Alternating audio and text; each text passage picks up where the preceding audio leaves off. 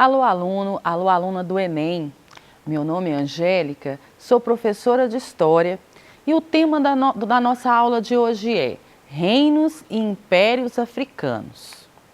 Na aula de hoje nós iremos analisar e caracterizar as dinâmicas das populações, das mercadorias e do capital nos diversos continentes, com destaque para a mobilidade e a fixação de pessoas, grupos humanos e povos, em função de eventos naturais, políticos, econômicos, sociais e culturais.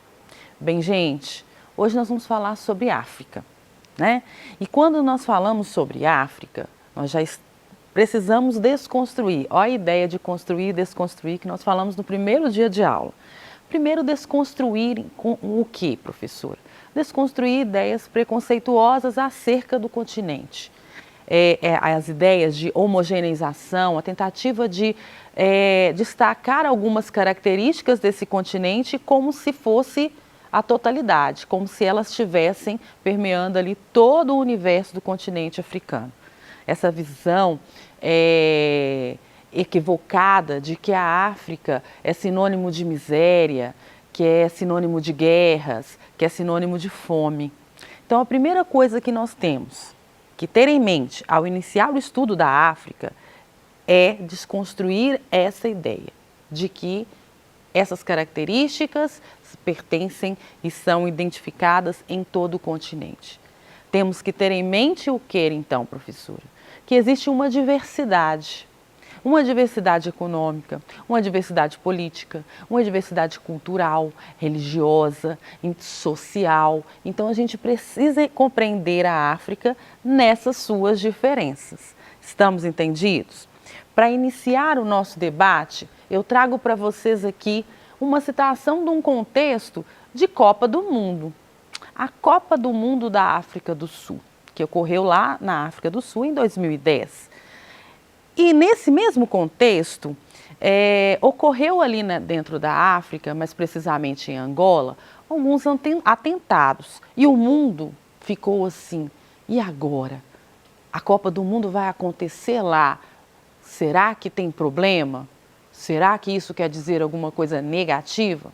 Então, os dirigentes, os organizadores da Copa do Mundo da África do Sul deram a seguinte resposta: queremos esclarecer que não existe nenhuma relação com o que aconteceu em Angola e os preparativos da África do Sul para sediar o Mundial de 2010. Não podemos comparar a organização e a segurança de Angola e África do Sul só porque ambos os países estão na mesma região do mundo. Correlacionar os dois torneios seria como sugerir que, por exemplo, um incidente ocorrido na República Tcheca teria repercussão direta no Reino Unido. Gente, o que vocês acham que ele está dizendo aqui?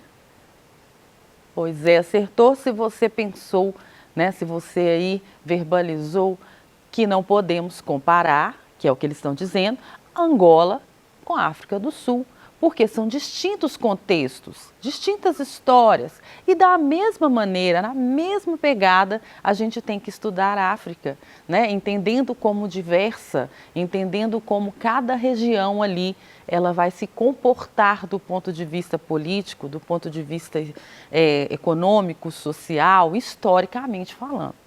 Né? Então, quando nós falamos de África, nós teremos dizer o quê? O que o discurso desses sul-africanos nos diz a respeito desse continente? Que ele é diverso, que ele precisa ser respeitado e estudado e compreendido na sua diversidade. Falando em estudo da África, galera, a gente tem que levar em consideração que é muito recente esse voltar o olhar para a África e compreender a África na sua diversidade. Nós temos uma cultura africana muito voltada, né, historicamente falando, para os griots. Vocês já ouviram falar? Os griots eram músicos, contadores de história. Então, uma característica muito interessante da África é que sua história era repassada de geração em geração, através da oralidade. Só bem depois é que a gente já começa a ter uma materialização, algo escrito sobre a história da África. Por isso, a dificuldade de compreensão dessa diversidade, né? Por isso, inclusive, também a pegada aí de nós, inclusive aqui no Brasil, enxergarmos a África como uma só, né? Então, quando eu digo bem tardiamente, bem mais tarde, lá no século XIV, olha só, da era cristã, a gente tem os árabes, né? Uma relação que a gente vai percebendo aqui na história da África, muito forte, né? Uma parte significativa da África islamizada. Então, os árabes eles vão chegar ali na África, vão estabelecer comércio, que é um ponto importante de análise de vocês aí, com relação à formação desses reinos, desses impérios africanos que nós estamos tratando na aula de hoje, né? Então, nós temos ali dois nomes interessantes para vocês pesquisarem aí. O Ibn Khaldun e o Ibn Battuta. São dois árabes que vão começar a registrar aí a história dessa África, que eles estão conhecendo naquele contexto, né? Mais à frente, século XV, nós temos a chegada dos europeus, e aí vocês já sabem dessa história, né? A chegada dos europeus na África, na perspectiva de uma colonização, na perspectiva de transformar do ponto de vista estrutural ações, né, como por exemplo a escravização. Então existia na África, mas com uma nova conotação a partir da chegada dos europeus. Então estudar a África é estar ali pensando e entendendo cada dessas partes da África enquanto diverso, mas entendendo-as cada um no seu contexto histórico também. Vale a pena pesquisar um pouquinho sobre esses árabes que chegaram a registrar a história, mas também os griots, né, da oralidade, a importância da oralidade para a África, que é trazida para o Brasil também, né? Por que a gente estuda a África? Por que a gente deve estudar a África? Novamente falamos da conexão do nosso país com os eventos externos, com os povos externos. A relação da África com o Brasil é uma relação intensa que vai produzir aí, inclusive, a nossa identidade enquanto povo brasileiro. E vamos desconstruindo a ideia de que estudar a África é estudar escravização, né? Nós precisamos nos orgulhar daquilo que os africanos construíram, que trouxeram para cá e que forjaram, acabaram construindo ali a nossa identidade. Estamos entendidos até aqui? A África, ela é diversa. Nós temos, então, a diversidade não só do ponto de vista cultural, do ponto de vista político, do ponto de vista econômico, social, que é o que a história se ocupa de analisar. Mas também temos que, já percebemos essa diversidade até na própria característica geográfica, né? A característica, temos uma África aqui, um continente africano, com partes de floresta, como a gente percebe aqui, savanas, o deserto, gente, estepes, oásis. Então, do ponto de vista físico, a gente percebe uma África heterogênea. Então, não podemos, de maneira alguma, homogeneizar o continente africano em nenhum aspecto. Estamos entendidos? Todo mundo comigo? Pois muito bem. Importantes civilizações vão se desenvolver aqui, nesse continente africano. E muitas vezes também, olha só como tudo precisa ser desconstruído, algumas coisas precisam ser desconstruídas para outras serem construídas. A ideia da homogeneização, a ideia do pouco estudo acerca desse continente vai levar a gente a não ter muito conhecimento sobre esses reinos, esses impérios, essas civilizações que vão se desenvolver aqui, que se desenvolveram aqui na África. Focamos então nas civilizações que estão ali dentro da linha do tempo, criada pelos europeus. Falamos das civilizações da Antiguidade Oriental, Mesopotâmia, Egito que inclusive está aqui, né, no nosso conhecimento sobre África, e acaba sendo só o Egito, e na verdade não é só o Egito.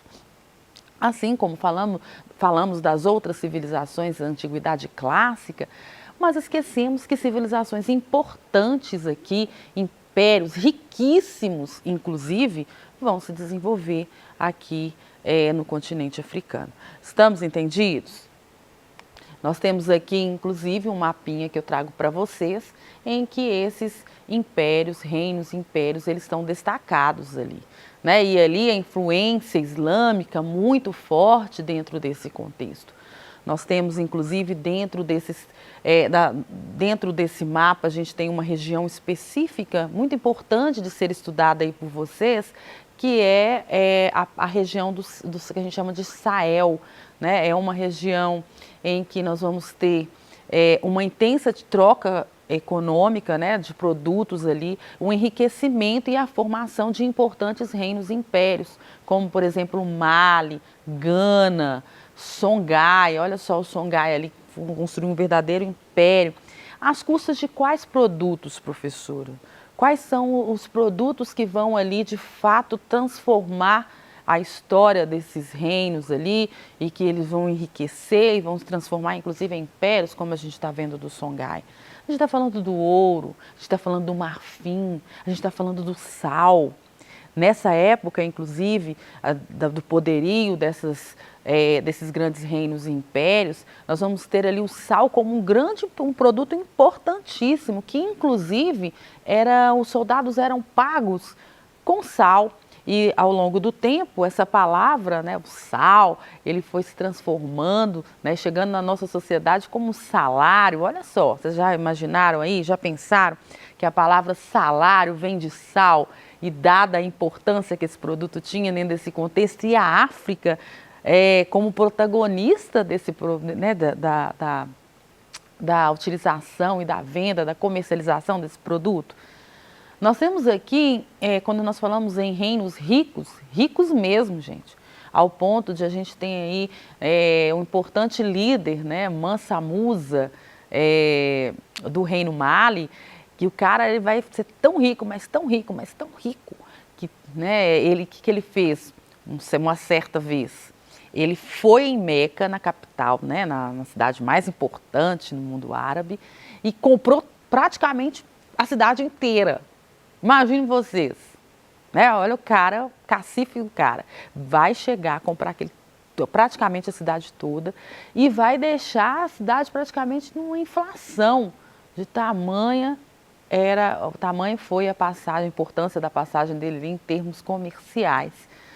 Então, nós percebemos aqui uma riqueza muito grande desses reinos, né? Alguns desses reinos vão ter um contato maior conosco. A gente tem, né, o Congo, por exemplo, né, que nós vamos ter ali a chegada dos portugueses, a relação com alguns desses grupos que vão chegar, né, em maior quantidade aqui no Brasil e, é claro, de maneira escravizada. Estamos entendidos até aqui? Façam a pesquisa para vocês conhecerem um pouquinho de cada um desses reinos e impérios que estão destacados aqui no mapa, ok? Deixo aqui uma atividade para vocês de escrita, lembrando que nós estamos falando de Enem, nós estamos falando de questões objetivas da área de humanas, mas também nós estamos falando de questões de uma produção de texto. E levando em consideração a produção de texto, procurem responder isso daí por meio de um texto.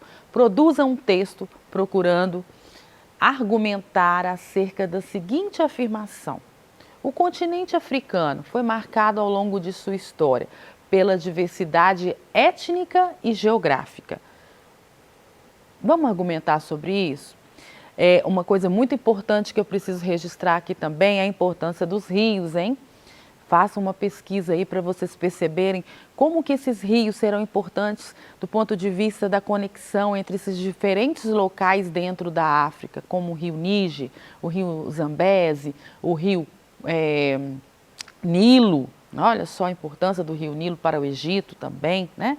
Então, para a formação, né, do Egito. Então, os rios, da mesma maneira que nós vimos lá na Antiguidade Oriental, os rios também aqui na África serão muito importantes para o desenvolvimento desses grandes reinos, para a conexão entre as diferentes regiões aí do continente africano. Vamos analisar juntos aí então, vamos juntos analisar questões do formato do Enem? Vamos lá? No Enem de 2013, a recuperação da herança cultural africana deve levar em conta o que é próprio do processo cultural, seu movimento, pluralidade e complexidade.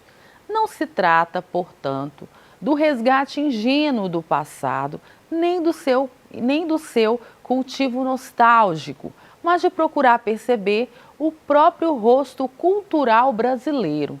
O que se quer é captar seu movimento para melhor compreendê-lo historicamente. Quem são esses africanos que chegam no Brasil com a chegada dos europeus, né, a partir da escravização?